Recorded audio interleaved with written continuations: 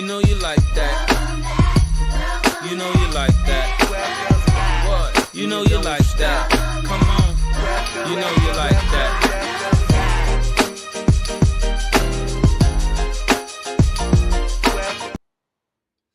Good afternoon, and welcome back to Live It Out, Inc. This month, we started a new segment on careers and mental health, and the one that's tonight is we are dealing with teachers and mental health. This is so dear to my heart because I love teaching and I love children. But first of all, before we get started, I want you to join the chat, share this on your page. If you're on YouTube, subscribe to our YouTube page. Tell a friend to tell a friend to tell a friend. And tonight, this is all about teachers and educators. And to all my educators out there, happy Teacher Appreciation Week. I hope your parents love on you. Hope you get everything your heart desires. Now, for most people think teaching is just about lesson plans, grading papers, and managing the classroom. But what they don't see is what teachers carry after the bell rings or when they go home, the stress that follows them home, the emotional weight of showing up for dozens of students every single day.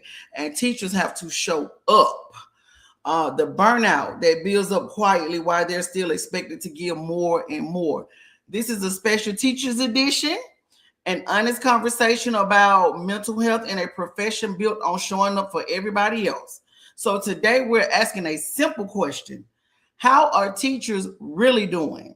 So if you are a teacher, put in the chat that you're a teacher, what grade you teach, or if you're an educator, what school you rep, anything you do that involves education, put it in the chat. If you have any questions, go ahead and put them in the chat. We'll address them as we go. And let's get this party started. So I have two special guests that has dedicated their life to showing up for children every day. We have Michael Driver and Shakivia Robinson. Come on out. Yes. Hi. Hey, guys. How you doing, Janice? Good. Hi, Shakivia. Hey, how you doing? I'm awesome. So let's start right here. I want you guys to tell us a little bit about yourself. Like, what do you teach and how long have you been doing it? And what's your role in the education field? Shakivia, you could go first and then we'll go with Mike. So I am Dr. Shakivia Robinson. I just finished my doctorate. So that is a major plus in my educational career. I've been teaching for 8 years. For the first 7 years of my career, I taught mathematics at the middle school and high school level. And now I recently started this January. I am now a math instructional coach. So I've transferred from teaching the students to now I'm teaching the teachers. And that's where I am right now. Yes, I started that journey in January of this year. And it's been a good journey. So that's my career for the last 8 years. Congratulations, Dr. Shakivia. I'm sorry. Congratulations.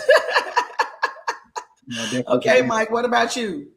So my name is Michael Driver, born and raised from the west side of Atlanta, Georgia. I started my teaching career in New York for Uncommon Schools, spent about really from 2015 to 2020, but I came back to Atlanta in between one of those school years, but still ended up going back. So I counted for a full 5 years of really being and going back and forth to New York. I taught here in Atlanta at Kip Ways Academy. And so in that 11-year span, I've also worked for the Literacy Lab as a program manager, where we led the Leading Men Fellowship at that time, where we put men of color as early literacy tutors in pre-K classrooms, training them with a full-fledged curriculum. And on the programmatic side, I led their professional development, their engagement into what it means to become an educator. We led those efforts as well as their development through their collegiate experience. Right. Leading up to graduation and leading to also post-secondary opportunities. I've also founded my own nonprofit called Prodigious Academy, founded in 2018, started off as a programming wing in New York when I was teaching as a founding world history teacher at a high school. That was a 10-month program that I turned into a curriculum that scaled into me trying to create my own school. And now I reformalized the program into what I call the Learning House Initiative. I've done some research and development around how to support homes being learning institutions. I'm also bringing back my 10-month leadership program for young men called Order of the Claw. And then eventually a school will be open not, no rush, no pressure. It's just right, right. Getting the just wanna do the work. experience. Yeah, just getting the experience of actually building something. And That, it's being 8 years old. It takes really 8 years to really build something. So I right. used to put a lot of pressure on myself about that. So that's who I am. That's where I am. But I'm an educator right now at Best Academy. I teach 9th grade ELA, as well as teach a college success class for 11 and 12th graders. And I work for One Goal through that class as a program director, because we do the metrics for their post-secondary journeys through this program fellowship that they go through. So I still work at Best Academy as an educator as well. So I'm a part of Atlanta Public Schools. I'm home where I grew up and graduated from. All right, that is awesome. Best Academy, that's all boys, right? Yep, it's Over one of there the schools.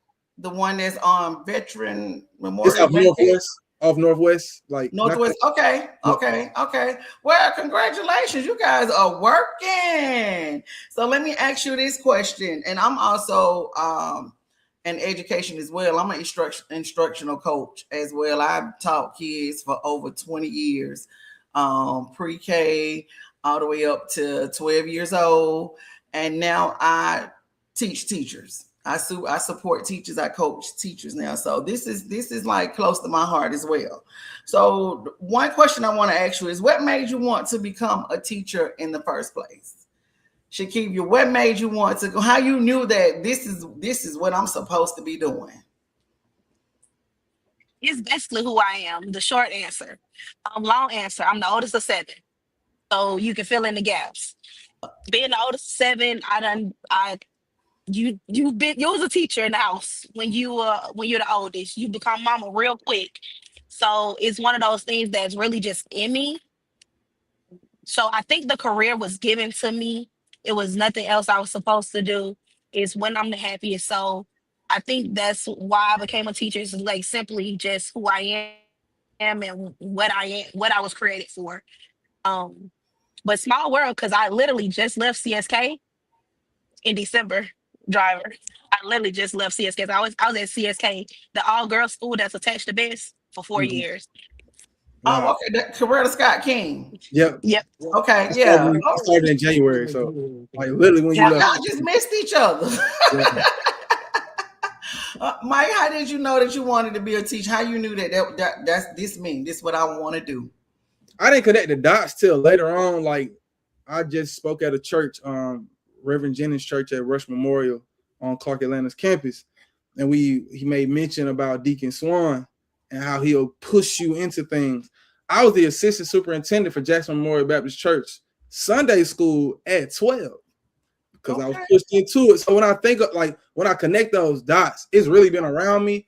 But what formally got me into the work was a sociological perspectives class at Morehouse, and I did a project on the miseducation of the Negro. I didn't realize that they considered Dr. Carter G. Woodson, who wrote the book, and pretty much also coined Black History, Black History Week that turned into Black History Month. I didn't know that he was considered a sociologist. In my degree at that time, I switched my major to sociology.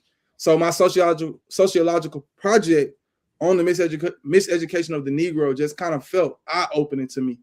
I kind of thought about things that I didn't receive, or ways of being I didn't see from teachers, or just the idea of, as an educator or a servant leader, you live with the people, you dine for the people. And in that case, the students are people still. And, it really just reshaped my thoughts. And when I took on the internship that me and Shakivia actually did that following summer with Uncommon Schools, doing the internship, being amongst those children that summer, it just connected because that project had just happened. And then we led into an internship. We were there for 7 weeks. We made about $7,500 living downtown Brooklyn. So, I think there was a lot of excitement that kind of pushed me to think, okay, I can do this. Even though that reality of what teaching is not living in Brooklyn. We went to Beyonce concert. It was a lot of things we did that summer that made teaching look really, really wow. Right. And I was drawn into it through that, but it was a part of my heart. And as I got older, I connected the dots, and it became a staple in me realizing this is my lane. I can capitalize on this lane. I can do all the things that people claim they make a career out of. I can do it all in this lane. I can be a psychologist, an investigator, a neurosurgeon by way of not cutting open, cutting open brains, cutting open minds, right? Yeah. Fixing wordplay, fixing livelihood, So that's why in my Instagram you may see the knowledge surgeon. That really, I do believe that's what we do. We are absolutely doing knowledge surgery. So yeah, it stuck with me from junior year of college, and I've been a part of this. So that's when I tell people I count 2014 as a professional career experience, because that project, that research led right into an internship that turned into a full-time job. That's experience, that's credible. So I use it. So yeah. Okay. Oh, so you guys got some years in. I can remember when I knew that I wanted to be a teacher. And it's funny because when I was in high school, the 12th grade, when you got out of school, if you had all your credit hours, you can get out of school early, but you had to have a job. You was going to have a job or you was going to work at the school. And this daycare center was like right on my way home. And my counselor told me, all right, Murray, you're going to either get a job or I'm going to fill your schedule back up. So I went in there. I said, hey, are you guys hiring? And the lady said, she said, yeah, come on, you can start tomorrow. I was like, hot doggone, I ain't want no job for real. So I went to that daycare center, and I promise you, when they put me in that classroom with a room full of 4 and 5-year-olds, the lady literally walked out. She was like, this is the 4 and 5-year-old classroom. It was like 1 o'clock. I got that 1 o'clock. They were napping. She said, this is the classroom. Here you go.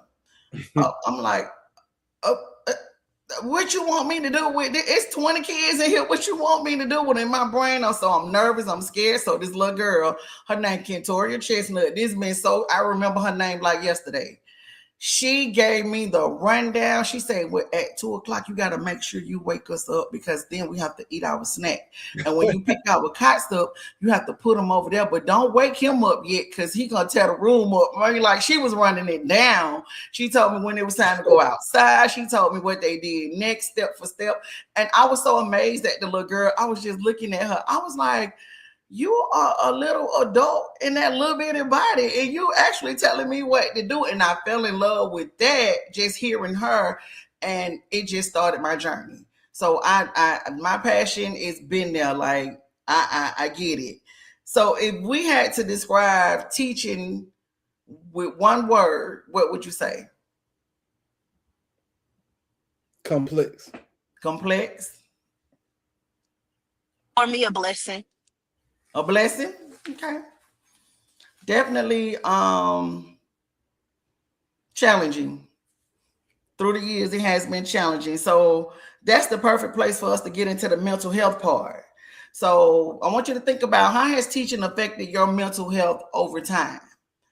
And I can start. Like, I knew that I thought I was crazy, because when I would go home, when I first started teaching, I would be calling kids' name out of my sleep. The ones that was really challenging, had challenging behavior, I would be calling these kids' name out in my sleep. I'm like, why am I calling this child name? He worked my nerves so bad. So I knew, I was like, oh, this is serious, because now I'm taking this home with me and I'm thinking about this kid while I'm trying to relax. So I knew then that I really had no boundaries. I really didn't know what teaching was.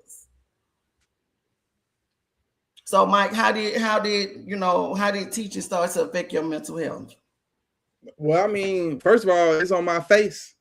As you can see, my skin will tell you if I'm stressing. Like, this is the healing of my face breaking out during the pandemic too, having to wear that mask and stuff. But this is also stress. Like my beard, if you could tell, I don't have no midnight cocoa bean like bad boys say. I haven't dyed it.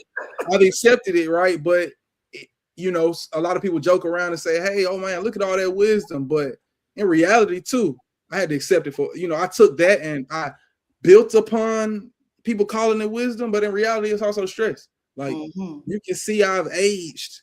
I look a little, I still look young. Don't get it twisted. But, I've aged, and this is stress. But I've managed it by recognizing that I had to be more aware of what's affecting me. I had to be more aware that I am affected. I had to be honest. I had to really redefine what being a strong teacher was. Right. And by doing that, that helped me take some ownership around, well, I'm not being healthy by every summer I'm doing something for doing a summer program, or I'm trying to get this extra money, or I'm trying to take on a new role, or like there was a point for me where I was on like a constant go from 22 to 32, like, and only at 33 because I didn't have like a job for 5 months, like coming into this before I took this role at Best. That time away from not working, having to really figure out where I'm going next, was actually a blessing because it was my first time having to slow down from this, because our profession also is not respected the way it needs to be. So you're trying to live out this way of showing the world that, nah, we're pretty elite. It's like, you don't do what you do without us. So the pendulum swinging differently. Like, you thinking you putting the force on us, but no, we the Yodas and y'all are like Obi-Wan Kenobi. Like, it's like, and I had to, but realizing trying to prove that so much was like breaking me a little bit, because I'm proving something. I'm not, and in proving that, I'm putting a lot of pressure on myself, and then I'm emptying out my cup, and then I'm realizing there are days I'm going in empty with the people I'm supposed to serve, and I can't serve them if I'm empty. So for me, it started with awareness, and that's where I had to recognize that it's happening to me, and that's acceptance became the next step. And after awareness and acceptance, then ownership, where I can control the narrative a little bit more, started to happen. Okay. So Shakivia, when did you notice that it was affecting your mental health? 2020. Over happened 2020, yes. I did not like my boss. I didn't like that lady. Didn't care for her. Simple as that. I lost 2 aunties back to back in April of 2021. And this is when we were back in the school. So we was like virtual, but the teachers had to go back to work. Mm-hmm. And then it slowly opened up to where some of the students came back. And I lost 2 aunties back to back in April. And this lady calls my phone. Something happened at the school where I was just like, I need to go home. I'm not okay. Right. I'm not okay. I'm admitting that I'm not okay. I go to the lady, I say, hey, I need to go home. I'm not okay. Grief is finally hit to me. And I go home, I attend one aunt's funeral, and then she calls me, not, hey, how you doing? She calls me, when you come back to work? Wow. I say, what you say? She say, when you come back to work? I said, I'm calling you back. Hang up on me. She calls me, did you hang up my face? I sure did. Why did you do that? That is so rude. And I'm over here grieving. And your thought is, when I'm coming back to work, I'm going to call you back. I called my doctor. I said, look, I'm not okay. This is what happened. That man said, how many days you been off? I said, I've been off 3 days. He said, and I'm going to give you another 10. And that was the best 10 days I had ever spent in my life. I didn't touch a computer. I didn't answer a phone. I didn't call a parent. I didn't put nothing in the campus. I didn't assign no assignment to go to class. I didn't do anything. At that moment, I knew my mental health was in jeopardy because nobody cared for me. Cared for was me showing up in that classroom. And the fact that you know that I've lost 2 aunties and I never take a day off. I show up early and I'm staying late. I'm having tutorial. I'm showing up for my kids' games. You know, anything you need from me, anything you need me to show up, me to talk to, me to go to, me to present it, I'm doing everything. But you didn't care enough to say, take a moment. You're saying you're not okay. And for that, from that day forward, I learned to answer the word no. Right. Absolutely. That's why I said my word was a blessing, because me being in this position and in this field has taught me so much about myself. It has taught me boundaries. learn how to say no. I learned work-life balance. I'm a teacher from 7 o'clock to 5. Right. After 5, ain't no teacher. I ain't opening no Chromebook. I'm not touching no computer. I'm not writing no lesson plan. If it didn't get done at work, it's not gonna get done until the next day when I go back in that building. I had to prioritize me because nobody cared about me when I needed them to care about me. And that's real because they want what they want. They have their expectations. When you don't have a supporting admin staff, it makes the burnout just even just that much more worse. So I do get that part. And that's one of your moments when it really hit you. That was actually the next question. So that was your moment when it really hit you that, hey, these people don't even care enough about me to see that I'm grieving. And that's one thing that people need to understand, that teachers do grieve. Teachers have personal lives, because parents will call your phone.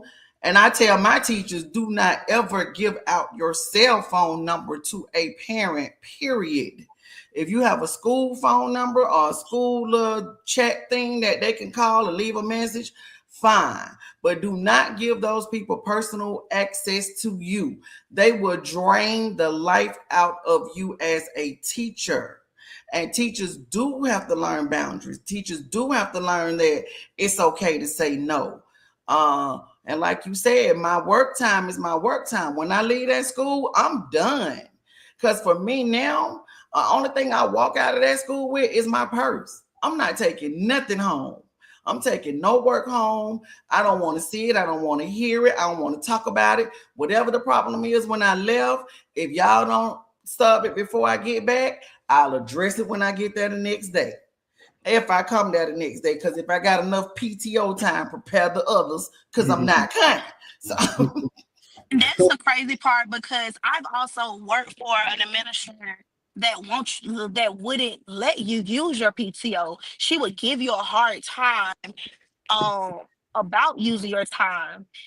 You have sick days. She would, you can't use a sick day. Oh, I just may need a mental health days. The district gives us 3 mental health days in our sick time. Why can I not use it? So doing those times is just like, you know what? It's cool, because guess what? The second I drop in this building, that all they're gonna do is move me out the way and put somebody else in this room. mhm. So why should I overwork myself, stress myself out when you don't even care the slightest about my well-being? And it's to the point where it's like, even now, a lot of us as teachers, we stress out about our students. And I had to tell myself, Shakivia, you can't make nobody else want what you want for them. Right. I could want you to succeed. I can want you to do all of the things. But if you're not wanting it for yourself and you're not putting in the effort, why am I going to sit here and stress myself out trying to make you something that you don't even desire to be? And it's hard to say that as an educator because you really have kids that want it for themselves and that want to be all of the things. And then you have them kids that just will make your life miserable. Like they will do everything but the right thing. So I've learned, pick your battles. Pick all of your battles. So what about you, Mike? Had you ever had a situation in your field, like with all that you've been transpiring, where it just, I know you talked about the stress on you, but make you feel like, hey, am I really supposed to be doing this? Is this really what I'm supposed to be doing? Oh yeah, for sure. So 2021, I was working at KIP, and I'll leave it at that. But I won't say no name. So, but I was working at a school, and I got let go the week before Thanksgiving. Um, I was interviewing for a couple of roles. But I found out through a coworker that two coworkers knew that I was interviewing, and they told the principal. Principal decided that he wanted to have a meeting with me on that Wednesday. He asked, I was like, I got somewhere to be. I had to go, so I left. That Thursday, he had the assistant principal come cover my class about 4:30 during dismissal. So I go to they come and let me know. I go to the office, and he was like, "So I hear you interviewing for another role," and I was like, "Yeah, but it's not contractual. I don't, I haven't turned in a 2-week notice, and it's not contractual to have this discussion." So he kept asking me again. So he's like, "You're not gonna discuss it?" I'm like, "Nah, it's not contractual. I haven't turned in a 2-week notice. It's nothing to talk about." They let me go that day, that moment at 4:30. It was probably like that conversation, probably like 5 minutes. So I'm out. I'm let go. I'm fired by 4:40 p.m. the week before Thanksgiving. So it was the gesture. It was the feeling of when it happened. Like it's the week before Thanksgiving. But then right after that, I didn't get a termination letter until a month later. So I couldn't file for unemployment. So it was one of those, like, I know I'm good at what I do because that same school, I never taught ELA before. But when I came in December 2018, that started my career with KIP, I came in, I only had 3 months before they had the Georgia milestone. I only had taught 5th grade science and 9th grade world history. Never taught ELA before, but I just constantly I'm always a lifelong learner. So I was always constantly teaching myself new ways of trying to engage students and teach. I had the highest milestone data that school year. That's the 18-19 school year. I had the highest Georgia milestone data, and I only had 3 months to get them kids ready, and they were 6th grade. Oh, wow. Right? So if I'm like, and that's not an ego thing, that's just a look. No. If I'm able to turn this around in this way, it's just certain ways of being or certain things that I feel like I don't have to like be questioned about in a certain way when I like contractually did not or was not obligated to discuss if I'm interviewing for another job. Right. Georgia is an at-will state. And because Georgia is an at-will state, that gives charter schools the forbearance to do what they do. Now, at a public school, it's a little bit different because in public schools, you can potentially be a part of a teacher union or be a part of a organization that supports public schools. So even if a public school lets you go, I can go to the American Teacher Association, American Educators Association, and because AEA, that's the one I'm a part of. So I can go to AEA and, make a claim, make a case, and potentially do something. But then the charter school is not the same. So when you sign that at-will contract, that puts you at the stipulation of being at will. So they use their parameters and use it well. But that started that was one of it. But what really started, that was the big one that kind of like put the icing on the cake, and I named that first. But what started it was when I was teaching in 2020. So 2019, I interviewed for a job in New York, got the job on a Tuesday, left that Saturday, and then moved to New York. That'll let you know right there. I didn't pray about nothing. I didn't do nothing. So wasn't a lot of God involved in that. And I think God made sure I learned from this situation because I went there in haste, had a roommate set up good. It was my homeboy. We were like close friends. We were summer school principals together. This is like my brother. Like when I get married, he'll be somebody that, even though I met him in New York, he from Virginia, with Virginia State. Even though I met him in New York, he a brother to me. So like he'll be in my wedding thing. So I moved there. So I knew I had that space. It was a little bit of slight increase in my rent, but I'm paying $1,200 a piece. My last brownstone was $900 a piece. So it was like, it's reasonable, $300 extra. So I made the haste decision. There's a black man, he's my fraternity brother. This is an all boys school. I'm thinking, it's gonna work out. A Morehouse brother of mine was the principal downstairs at the elementary school, so he invited me to interview for the role. But that's where I took the mistake of thinking that affiliation, reputation, this brother talked about God, all of that, all that,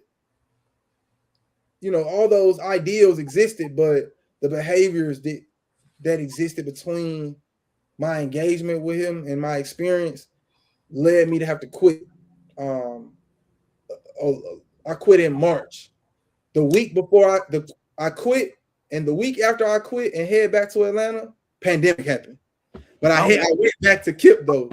I asked them, like, did they have any openings? they wanted me to be like a support in the hallway for 5th grade. So I was like, cool, I'll take it. They're gonna pay me $3,000 a month. But I end up having to teach the kids that I taught in 6th grade and 7th grade because we went virtual. And that's how I ended up on a full school year for the 1920 school year, leading into the 2021 school year before they let me go. But it was really like having to quit because I always told myself I'll never quit on kids. And that's a mistake that I made by saying I'll never quit on kids. But that's me associating having to quit a toxic situation. Right. Only get quitting on kids. And that's not what I was doing. I didn't quit on those kids. But the devil had me telling myself that, which was a part of the degradation of my mind, my frame of thinking, the confidence I had, a lot of things that I had about myself I had to rebuild because it was broken by quitting. Because I told myself I would never quit on the kids. Yeah. Well, we do have to take care. Teachers do have to take care of themselves as well. That was a lot to carry. So, in going through that state, did you feel alone, or was you supported by somebody? Or could people look at you? Close people that's close to you, could they look at you and see that, hey, we okay? We all right? What's going on?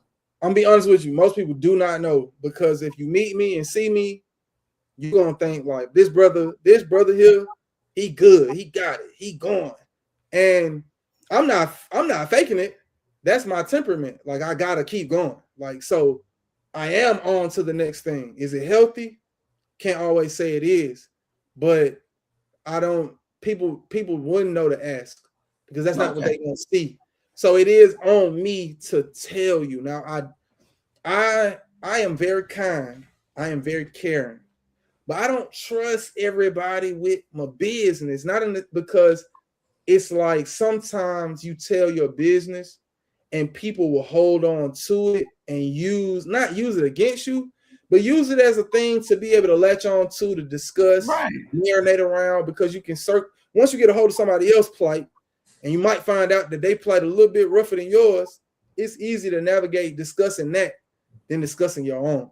Yeah. And I never want nobody to get so caught up in my plight that they forgetting that you still got your own world to clean up, right? And I don't mean that in a negative way, but I'm very protective of my business, because everybody's opinion that you got to watch who you watching. That's something I learned from one of the pastors at the church. You got to watch who you watching. You got to watch who opinion you let in, because words are, I really don't believe they don't call it spelling for no reason. Right. You say I'm doubtful. You told your brain you're doubtful. You tell yourself you're fearful. So I had to watch who knows what they know and how they express. Who's watching who's pouring into you. Yeah, you can't let everybody pour into you. Right. Because some people pour in their frustration, they pour in their fear, they pour in their doubt, and that's a big thing about teacher mental health that we don't talk about, which is sometimes that teacher room talk, that teacher workroom talk, taking on the plight of our peers. You got to be very careful, because that's your cup you also pouring into when you take in that words and take on those phrases and take on those ideals. So that's a big part of it. And that I didn't feel comfortable. I told who I told. I had some people that, like, I had girlfriends at the time, or relationships I was in, or my frat brothers, if it come up. But also I felt like over time I'm telling people, but I don't think they get it. The advice they giving is so surface level, and I'm like, oh, thank you. I knew that. Let me move on to me solving this, because I've heard 7 of the same statements. Yeah. And it's like, okay, y'all only seeing it from a surface level, because that's how they could see the profession. Because the profession is not seen as deeply as we in Beyonce business. We need to be in teachers' business. Right. I agree. I totally agree. One shaping what our economy looks like for the next 15 to 20 years. And taking care of our teachers. Yeah. Shakivia, how did you feel alone, or were you supported? Oh,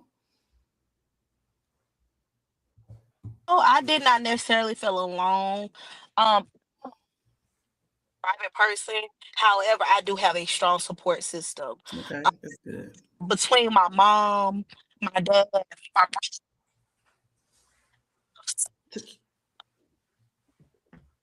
You going out. Take your earpods out if you can. Okay, now go. Can you hear me? Yes. Okay, so I was saying that I'm a very private person, but while I'm being a private person, I have a very strong support system from my mom, my parents, to my brothers and sisters, aunts and uncle, even my boyfriend. I have a very strong support system, and they noticed when I was drifting away. I can become very irritable. I seem to not want to be around people. Um, I get very quiet. So things happen. There are signs to tell people, hey, something is going on with her.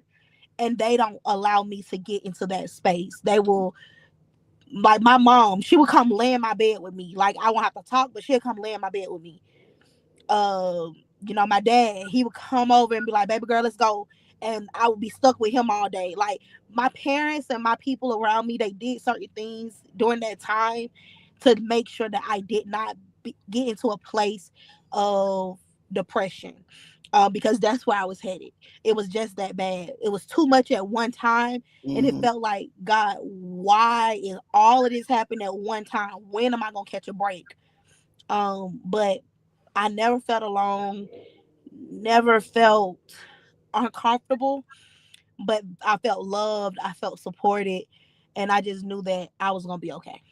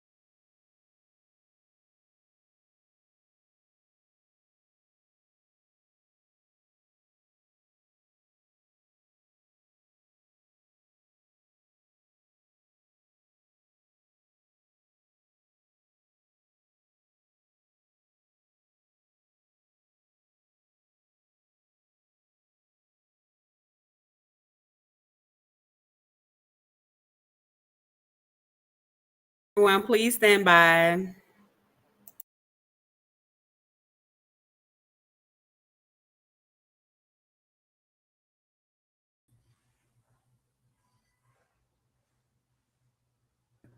Hey, I'm sorry. Did I do something? No, that was on our IT guy in the Oh, background. I don't know what happened with my Wi-Fi. I'm so sorry, guys. Please stand by. All right, you can continue. I'm sorry.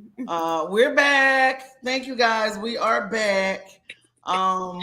I guess we can get in talking about some of the coping and boundaries, but I did want to ask you guys: is it? Do you see a difference from when you was in COVID to now that everything is we're out of COVID and everything is back supposed to be back to normal, quote whatever that means. Um, do y'all guys see a significance in before we went in COVID and then when we came out of COVID? Even with the students, the overall education part, because I know for us, we experienced teacher shortage that we can't just completely just bounce back from. And then we got a bunch of exceptional children. They calling them COVID babies and all this other stuff wrong with these kids because it's cold. They went through COVID or they was born during COVID. So it did kind of hit us kind of hard in the early education part. But for us, the school system and the charter schools, how do y'all feel? Um, I can jump in for. I can say. I mean, I feel like it was very eye opening that a pandemic happened and we didn't really have procedural plans for real across the board. Like every school, I'm quite sure, had to pivot and they built that plan. but it was, I know it wasn't a seamless transition for nobody.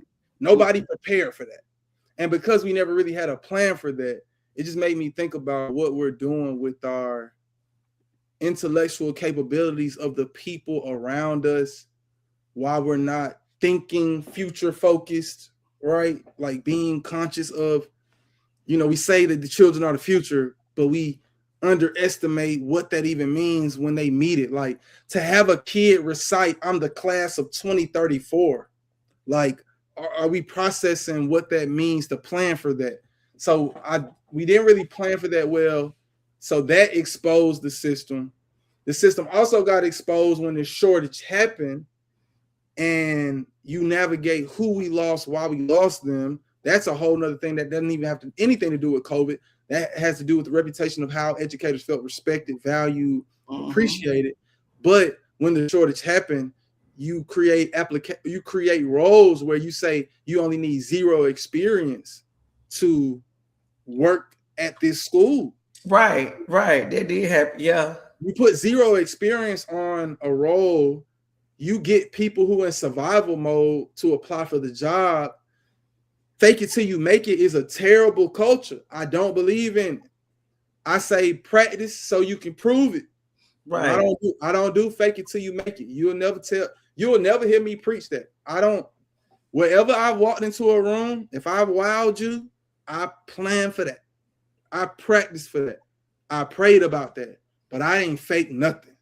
Right. And fake it till you make it is very dangerous, because in a world where you take a role and you say you only need 0 experience to do it, then you got a culture where you can fake it till you make it. You faking teaching, you faking instruction, you faking the cognitive the necessary cognitive ability to see a child. You don't even understand metacognition in the sense of how you think. Now you're trying to tell another kid how to think. It was a very dangerous world we built, and now now we're trying to gut it out because the world is back to normal, but it's really not structurally back to normal. It's the normalcy that we allow people to settle for, and if you settle for it, you accept it. And I don't mean settle in a negative way. It's the functionality of what you see. But regardless of that, we created a wormhole and a door at the same time.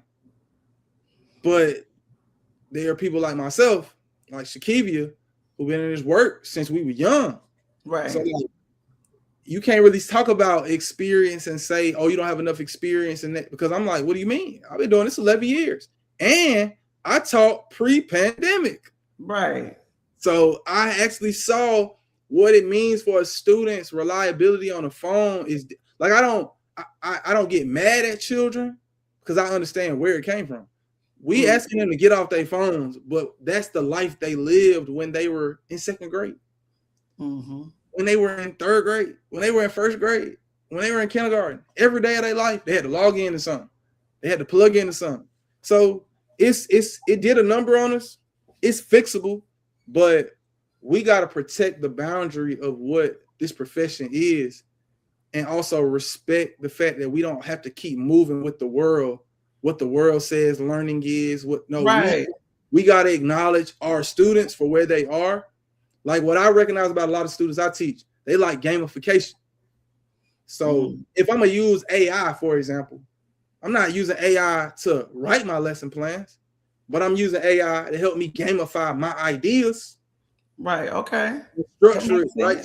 So that, and I only brought that up to say in the sense of just how we can rethink the work, so that way we can respect the work, so that way we can get back to people who are in survival mode are either going to grow into the work or grow into the profession, or they got to grow out of it and go somewhere different. Yeah. Because we can't keep saying the kids, because we blaming them for a system we built around them.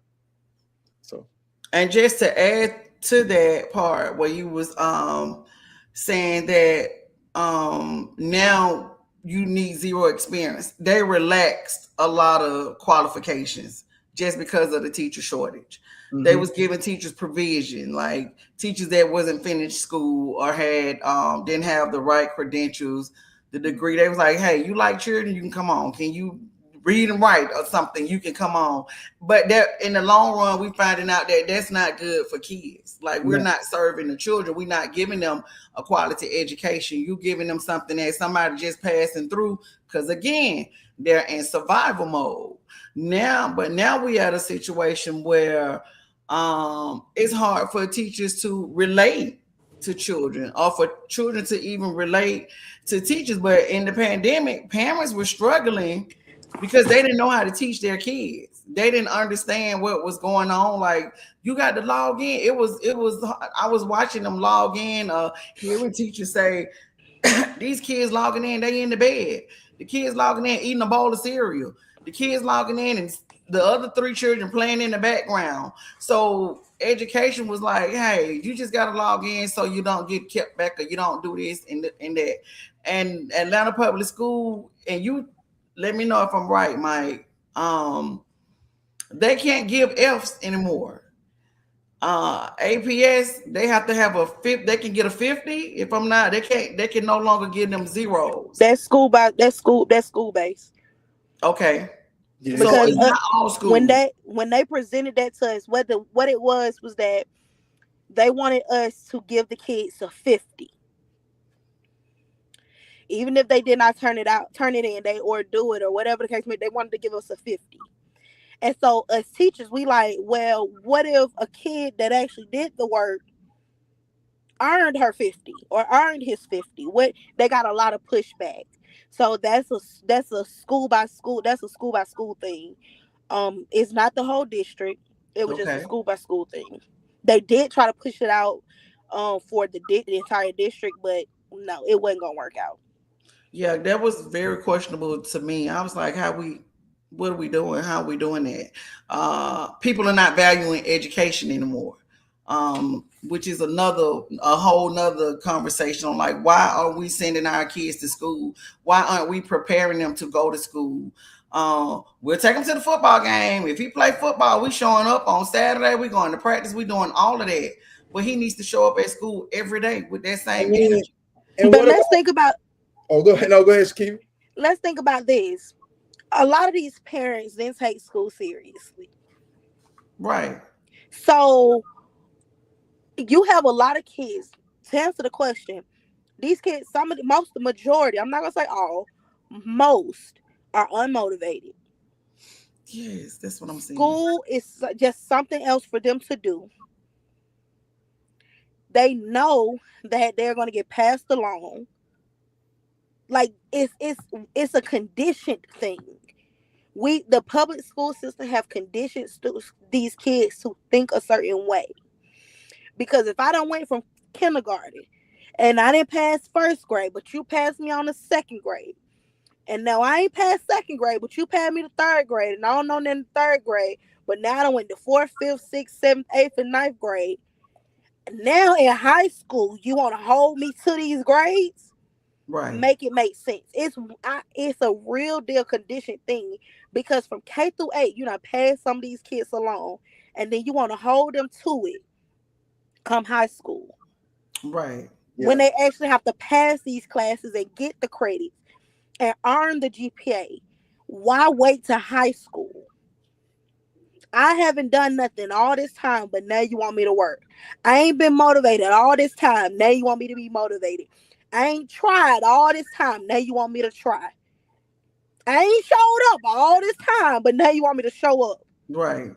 During the pandemic, I had kids like they were literally, one little girl, and she legit told me this. She said her TV sits right in front of her bed. She would put her computer right in front of the TV. She will be watching TV, but because she's looking in the direction of where her computer is, it looks like she's looking at me, but she's really looking behind the computer to the TV. At the TV. Mm-hmm. And then when you call a parent, you get pushback.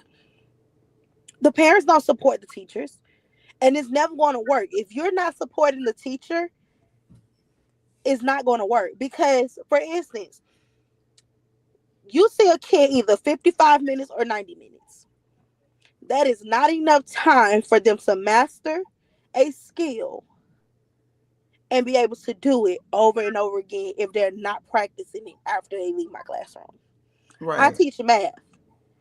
If that kid can't add, subtract, multiply, and divide, they need to be practicing that at home. The curriculum is too, I don't want to say it. The curriculum does not allow us to take major delays. Right. You have to keep moving. You have to stick to the curriculum, because you have to get through that curriculum. And I'm one of those teachers. If my baby is not ready, I don't want to move them forward if they're not ready. Then you're going to get an admin in your classroom. That's another mental health issue. You're going to get an admin in your classroom that say, oh, well, you got to do this, and you got to do that, and you need to do this, and you need to do that. They're going to give you so many things to do where it's like your hands are tied. Yeah. It becomes one of those situations where, what do I do when my back is against the wall? I got district people in my ear. I have admin in my ear. I know what my student needs. The parent is not helping me. What do I do? That becomes the question. What do I do when my back is against the wall and I'm not getting the support from nobody? That's a good question. That's a very good question. So how do we go ahead, Mikey, if you want to add, you wanted to add something to it? No, I mean, I think it's the question of like, what do you do? I think one of the key things is just watching the way you talk to yourself, watching how you internalize where the thoughts or information is coming from, and having to really break this down to a science. Like, you have to really, as an educator, we have to pull ourselves into more of a scholar practitioner thought process. Like, we are researchers. We don't diagnose anybody, but we're doing a scientific process of understanding children's brains functionalities, understanding the grade level they're in and what their brain, like, you should really be studying the brain. Like, it's like neuroscience and education go hand in hand. Like, it's really hard to not know it. And I think that's another part of like what's stressing teachers out. It's about how we're expanding ourselves as professionals, and we can't settle for what's being given. We got to see it and then galvanize ourselves together to think about how can we like grow ourselves, because the voice you use with yourself matters, because you use that voice every day. And that same voice is telling you that you're capable, that you're strong enough, that you can make this happen, you can shift things. But also that same voice could be telling you, I'm tired, I don't have it today. And in reality, it's like you are those things, but if you keep doing it, you're going to get so loose to the point where it's happening and you're tired and you don't have it today in front of these kids. And honestly, we can't really fault them for what society is built around them, because they have their own social system, their own world. They got a matrix for real. Like, we can break down and understand Instagram. It's only as old as some of these high schoolers' 10-year-old sibling. Instagram became popular when me and Shakivia was seniors at our institution. So it's only about 11 years old, right? And you gotta think, these children's world is built around something that's either older or younger than some of their siblings. So it don't have a lot of stock. It hasn't been around long enough to really say it has a basis in society or human culture and development. But if we don't be the educators to pull ourselves out of my job to teach. Your job, Dr. Miles Monroe said, your job is your skill, your work is your purpose. Right. The work of building a mind, building people, building folks who 15 years ago, yeah, from high school, yeah, but from college though, it's been 11. But it's still that same frame of mind as Jamarc's talking about. These apps weren't built for it. Right. None of these, like, Facebook was around, and then think about who owns it, and I'll let it be. But like the same, Mark Zuckerberg owns WhatsApp, He owns Meta, that owns Instagram, that owns Facebook. So when you think about how some of those ads or some of the negative culture that come up on these apps, it's controlled by somebody. It's what they seeing. Well, think about during the pandemic, we seeing live people get murdered, get hurt, get killed. We watching people's mental health, Kanye unravel in real time. I mean, we watch so much that you don't really have to be exposed to. And not only were adults exposed to it, but our kids were too. And they inadvertently are going to affect our teachers. So our teachers, we do got to change our frame of mind. We do got to change our basis of thinking, because now we got to recognize that when you in school, you're not just a teacher, you are a protector, because you also guarding these children's hearts and minds from something they might have downloaded from the outside. And then you got to help them recognize how to clean it up. So yeah, they might be cussing at you, they might be moving, but why are they moving like that? Because they found somebody who cussing and fussing on the internet for fun and getting paid money for it. Because another multi-million-dollar or multi-trillion-dollar industry that these children are able to get into that we despise is ignorance. Okay. Ignorance, not knowing, and ignorance in how you show up. But that's a multi-trillion-dollar industry on the internet. And yeah, that affects our way of being too as teachers, because they trying to be what they see on the internet because they can get paid for it. It is facts. When they was on TikTok and they had TikTok challenges telling them to go slap teachers, I know martial arts. It would have been a great day for somebody. And I wasn't going to jail for that one. Now, right? Don't put your hands on them, baby. Just don't put your hands on them. That would have been a different situation. We're not going to. No, Mortal Kombat would have came out on that day and not on Thursday, Friday. So right. So with all of that saying, with the internet, with the we know kids deal with all kinds of issues, and we say teachers are not just teachers; they're mental health experts, they're therapists, they're nurturers, providers. They're doing all of that. But when you're in the school system, how much time do I have to just do that with you? I need you to at least meet me halfway. And you got some kids so disconnected that it takes away from the learning environment. And that's part of the problem. And even speaking on a younger kids level, like small kids that have autism undiagnosed, that have ADHD undiagnosed. And when I say undiagnosed, I mean that the parent has not sought out the resources or taken the resources and got the child the support they need. So when they do get ready to enter the school system, their support is already in place. You already know this child gonna need extra time for testing. This child needs to be in speech. He has ADHD, so we need to maneuver his IEP and put him in the right place, the right classroom, where we know he can be best supported at. But if teachers got to spend all day trying to pick your brain and trying to just pour into you, yes, as educators, you pour, you motivate, you inspire, you encourage. But your job, what you say, your job is your skill and your work is your purpose. My whole purpose for being a teacher is to see you grow and develop into the person that I feel like you can be, or what you're showing me that you can do. If you saying you want to be a doctor, let me put you on the path to that. So that means you need to learn discipline. You need to learn how to read and write. You need to know your mathematics. You need to know how to get along with your classmate. Everything we teach prepares them for whatever they choose to be when they come out of that classroom or when they get grown. Well, we need parents to understand that, hey, we need them to be prepared to come to learn. Once you develop that social and emotional part, where they know how to self-soothe, know how to be self-reliant, know the expectations and everything that they have to do. If a teacher tell you to put your phone up, your mama should have already been telling you, baby, you're not supposed to have your phone out when you get to the classroom. You already know that. So I shouldn't be getting a phone call on that. It shouldn't be Michael and Shativia's job to keep telling you how many times I got to tell you to put your phone down. What I got to do for you to put your phone down. That ain't the road you want to go. You're going to spend 10 minutes trying to redirect this high school student or middle school student, I gotta spend all this time redirecting you, even if it's 5 or 10 minutes. You just said it was 55 minutes they in the classroom, right? And you got a skill and you got to keep moving. If I got to spend 15 minutes redirecting this kid, guess what?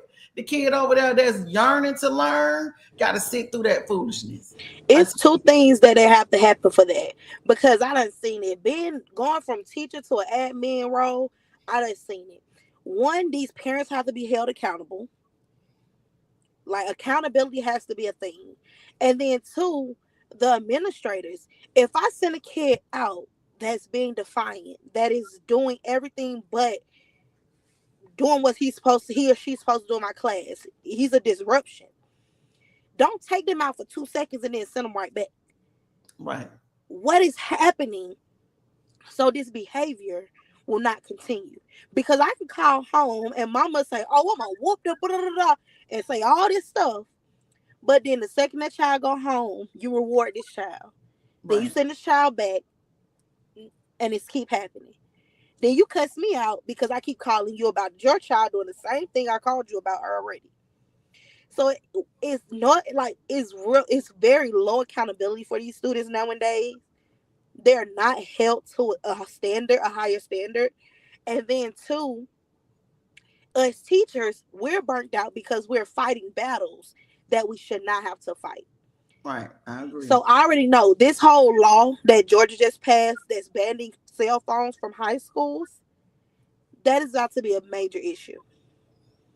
It's going to be a major issue. Oh, absolutely. Because how are schools going to manage it? Then two, what's going to happen when they bring the phone to school and we have to keep addressing it? What is the consequence? Yeah.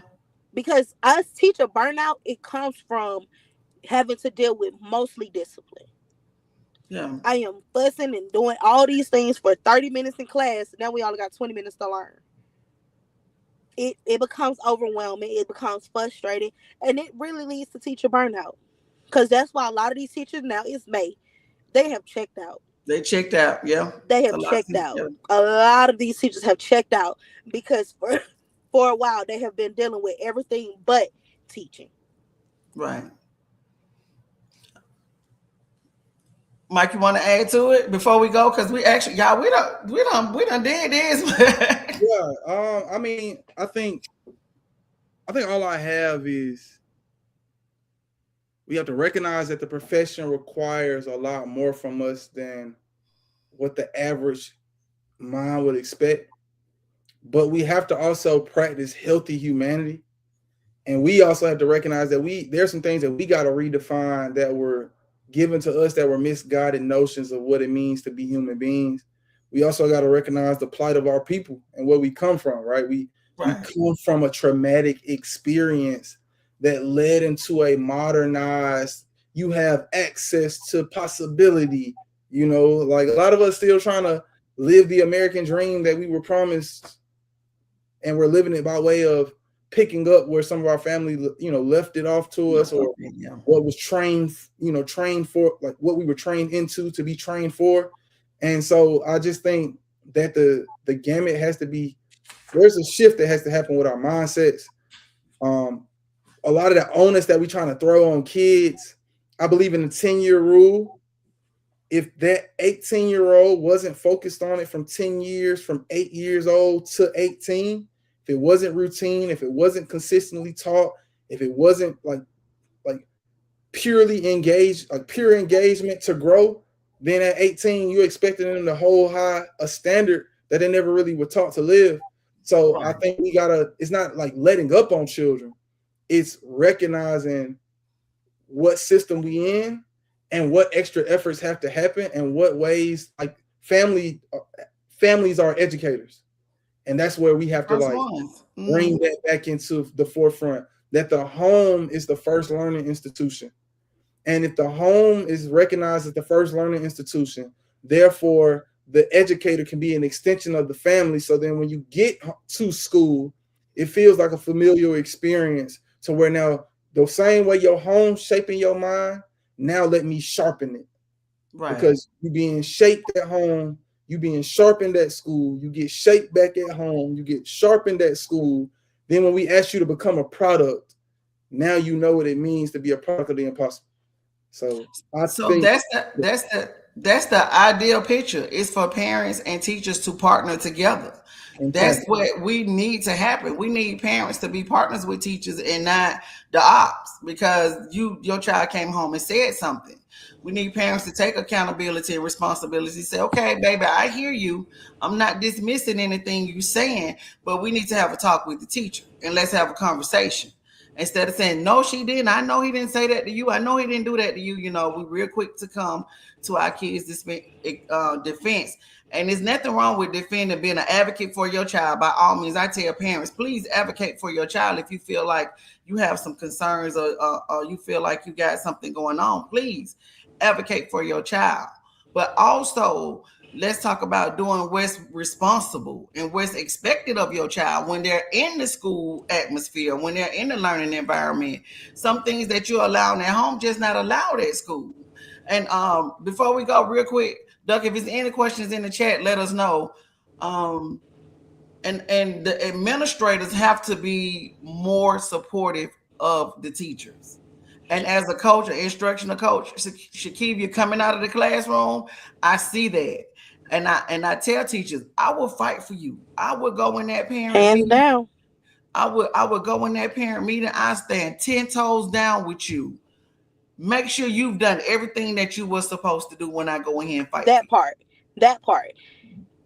Don't send me in there on the wild goose chase when you ain't handled your business. When Don't you do have that. not handled your business.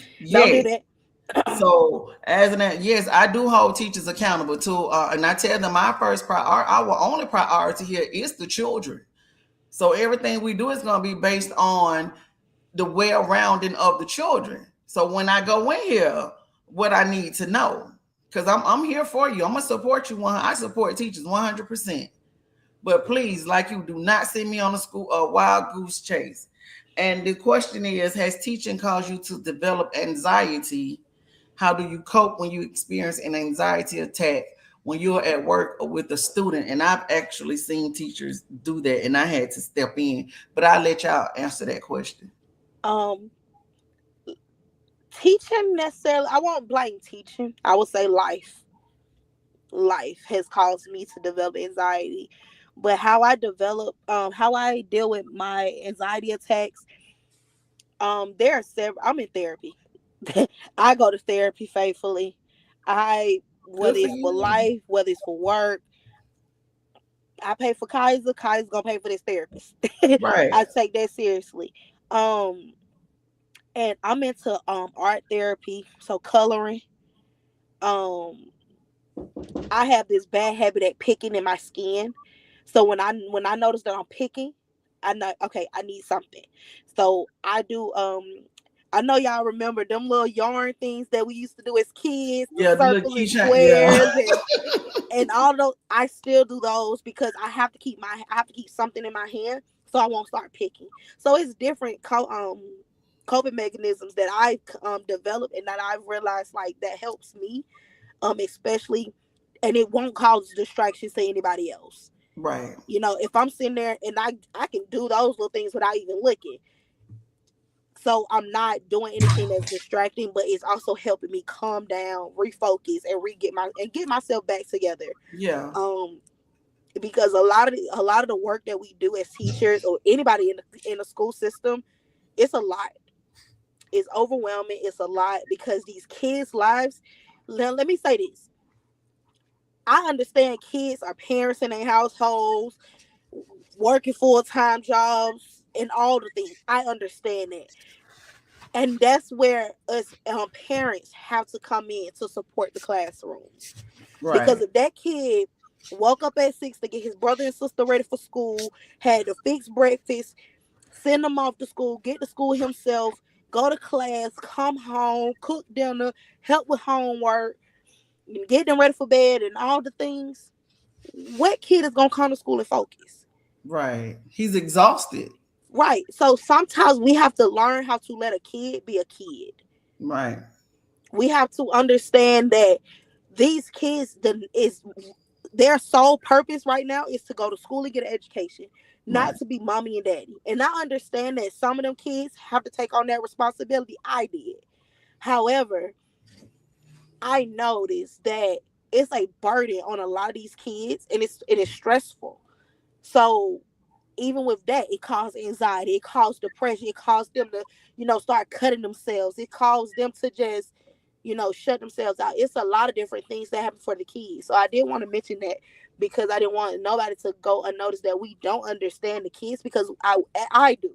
Yeah, I absolutely. understand kids have a lot going on and parents have a lot going on. So we have to figure out where's the middle ground for these kids to be successful.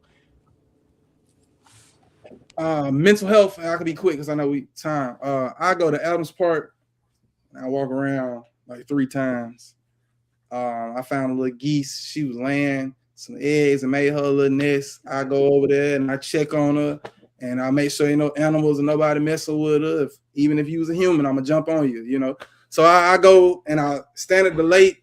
Well, it's man-made, but I stand at the lake with the fountain and I just think. I take a book out there. They got a little hill with a bench that you can sit on. So the hill, you see the landscape of Adams Park. You got the little up. You can walk up the hill through like the little neighborhood, about crossing the golf course, and walk back down through and go back into the park. So I use that. It's really something I used to do back in the day. I would just go there and drive and just sit in my car, but I started walking more. The neighborhood people will be there, like the OGs will be sitting there in their chairs and they outside, and some people may be barbecuing or cooking out. Kids playing on the playground, but I just take advantage of something that's in my neighborhood to keep my mind, because I've had anxiety attacks before. I didn't even realize what was happening when it was happening, but I realized that it started to happen, and when these happened in my late 20s, like I started having anxiety attacks probably around 29, 30. And I'm 33, so 29, 30, 31, and then around 32, I was seeing them like be more than one in a day. And at 33, recently, I had a few months ago, I had a moment where I was having multiple in a day. So I had to realize that I had to change some things. Now, it doesn't just stop. Right. It's a constant thing to keep yourself balanced so you can serve. Right. Like my friend just told me down the phone, like you giving from empty ain't gonna do nothing for nobody. Right. You can't pour from an empty cup. Yeah, and you can't keep being so prideful that you want to give and you just giving empty. It is. It's. I mean, like teachers are so underappreciated, and that's a narrative and a culture that we do have to change. We do have to respect and honor and appreciate our teachers more because they take care of our most prized possession. You got my child. Partially my child life is in your hands. You teaching my child things that I can't teach, from a parent's perspective. And the question was, how can parents be more supportive in the classroom? I would say having your child prepared for school every day, making sure that your child knows what's expected of them, making sure that they get the good night's sleep, the good meal, that they in a good mood when they're on their way to school, starting their day, and that's taking care of their emotional and mental health. Valuing education in the house, valuing reading in the house, letting them know that education is a very important part of your life. And I like what Shakivia said, baby, you're a child, you're a kid, you got one job, that's to go to school and be the best you can be. Just go to school and be the best you can be. I got the rest of it. You ain't got to worry about all the rest of this other stuff. I need you to be able to focus when you go to school, show up as your best self, and be ready to learn to absorb everything that the teacher is trying to teach you. That's one way that parents can support the teacher in the classroom, is how your kids showing up every day. I would say the same way these parents show up for these football games and basketball games, how they go out here and buy these Jordans and the newest iPhones and all that, have that same energy for the classroom. The same. Don't cuss the kid out when they gotta walk in the building at 8 o'clock. Right. Don't cuss them out, because that ruined their whole day. Mm-hmm. Like, it's certain things that we as just adults have to think about. Man, I think as a parent, just recognizing that they got a separate social system from you too. Like Right. we do. We all got a world that we in on our own that with our peers, right? So you gotta figure out how to infiltrate that world, and you gotta make sure your relationship with your child don't have them blocking you out from that world. Because I could what they may call a cool teacher, but I go from cool to cold. So they know, like, they may call me the cool teacher, but a lot of my students know, like, I'm not one, like, I'm gonna hold you very accountable. So all that cool can go out the window so quick. But as a parent, you got to recognize they have a social system. And if you want to understand your child, you actually got to let them let you into that system so you can know what they got really going on. Right. You want them to be able to tell you the truth. Right. Absolutely. Because if you dealing with a contention with your child not listening to you, sometimes they not listening because they like, well, you're not on the same playing field with what I'm dealing with because you don't know. Because you don't know, and you keep talking to me, and you keep making, like, they have a social system like that, to where when we're doing stuff as teachers or parents, when you're doing something to your child, they go to their social system and they discuss it, and they build ideals around it. So just recognizing as a parent that they got a separate world, and you do got to find a way to be a part of it, so you can recognize how to engage talking to them through it, because you don't want to find a space where it's like it's a us and them. It's well, I need my parent to be a part of this because this situation we in right now, we can't navigate this right here. We need to talk to our parent. I need to talk to my sister. I need to talk to my aunt. And they should want to have that intergenerational relationship and not feel like they got to create a generational barrier to protect themselves. Okay. That's really good. Thank you guys for all of that information. And for you guys, and I know, Mike, you said you walk through the park. So that's your little mental break, which is good. So all of the teachers out there, I want you to find your boundaries and your coping strategies, because this is your purpose. This is not just your job. This is your purpose. If you signed up to be a teacher, you signed up to be a whole lot of things than just being a teacher. And just, again, happy Teacher Appreciation Week. Shout out to all the teachers and the educators that play a part in shaping out the lives of our children out here. Because it's hard. It's a hard world for them. It is. But for us to show up as our best selves, we have to take care of ourselves as well. We have to make sure that when we do show up, that we really are living in the moment, being present for those kids and being present to do the job that we signed up to do. On that note, thank you everybody for tuning in. Mike, y'all put your L's up for Live It Out. Thank you guys so much. Congratulations. Y'all, Mike and Shakivia are doing, Dr. Shakivia doing big things. Mike is on his way to being a doctor. Wait, 2028? 2028. Right, just got acknowledged for being the what they honor you for? Be the People's Atlanta Changemaker. Yes, the Atlanta Hawks honored him a couple of weeks ago. So we got some teachers out here that's in it. Knee deep in it, roll the sleeves up, ready to give it their best shot. We need more like you. They need to see people that our kids need to see people that look like them, that's successful, that's making it, and that care. The bottom line is you care enough to show up every day, and that speaks volume. Other than that, you guys continue to be great. Thank you so much. Thank you so much. To Live It Out, Inc. Y'all doing amazing work. Thank you. Thank you.